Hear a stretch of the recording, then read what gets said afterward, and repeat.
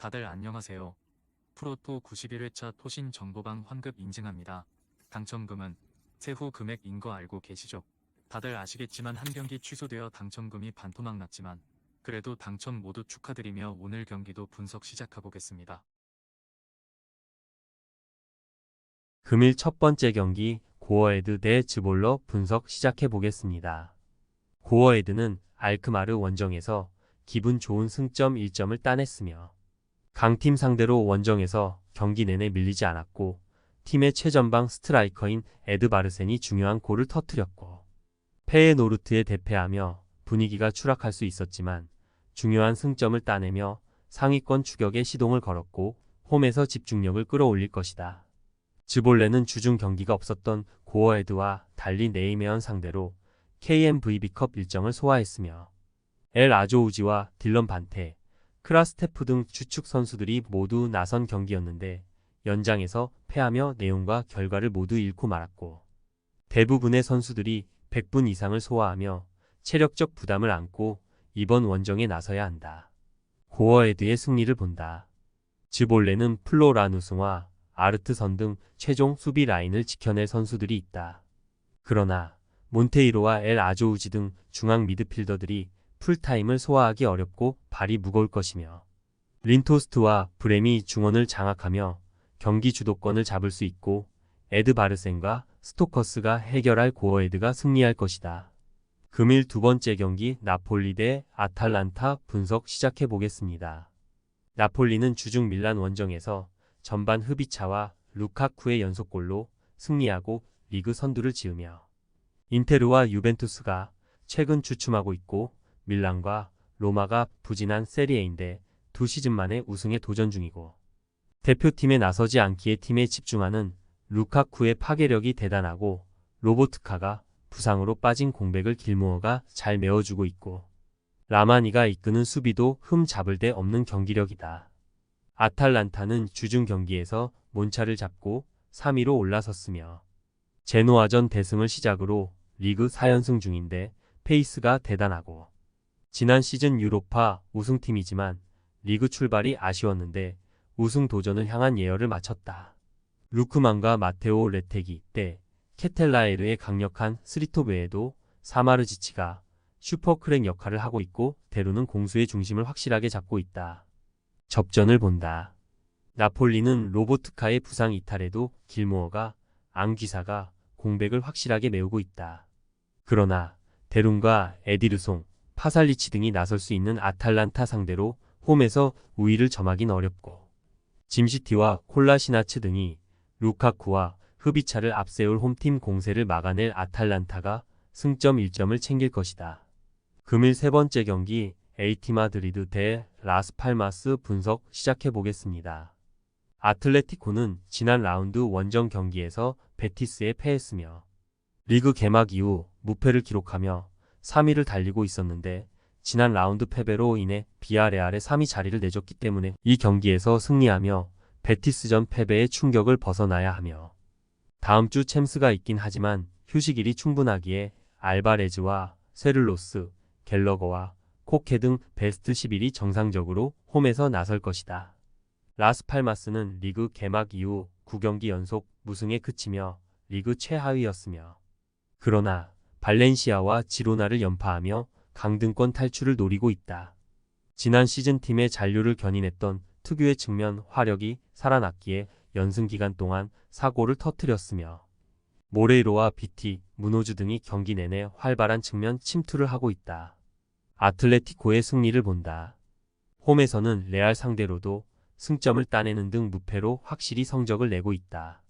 이 경기 역시 하위권 팀 상대로 코케와 드포리 중원을 장악하며 분위기를 주도할 것이고 알바레즈가 공격 작업을 잘 이끌 것이다. 세트피스에서 제공권을 따낼 수 있는 쇠를로스의 존재감도 있을 홈팀이 승리할 것이다.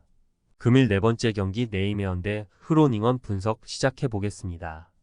네이메어는 지난 라운드 원정 경기에서 알메러시티에 패하며 순위가 추락했다. 그러나 주중 컵 대회 즈볼레전 승리를 비롯해 홈에서는 3경기 2승 1무를 기록하는 등 성적이 좋다. 오가와와 비토, 베르동크 등이 전방에서 시너지를 내고 있고 회데메이커스의 패싱 게임도 원활하다. 흐로닝어는 휴식기 연패를 비롯해 최근 5연패 중이다. 아약스와 위트레흐트 등 강팀 상대로 패한 건 물론이고 승점 추가를 노렸던 시타르트와 헤렌벤도 넘지 못했다.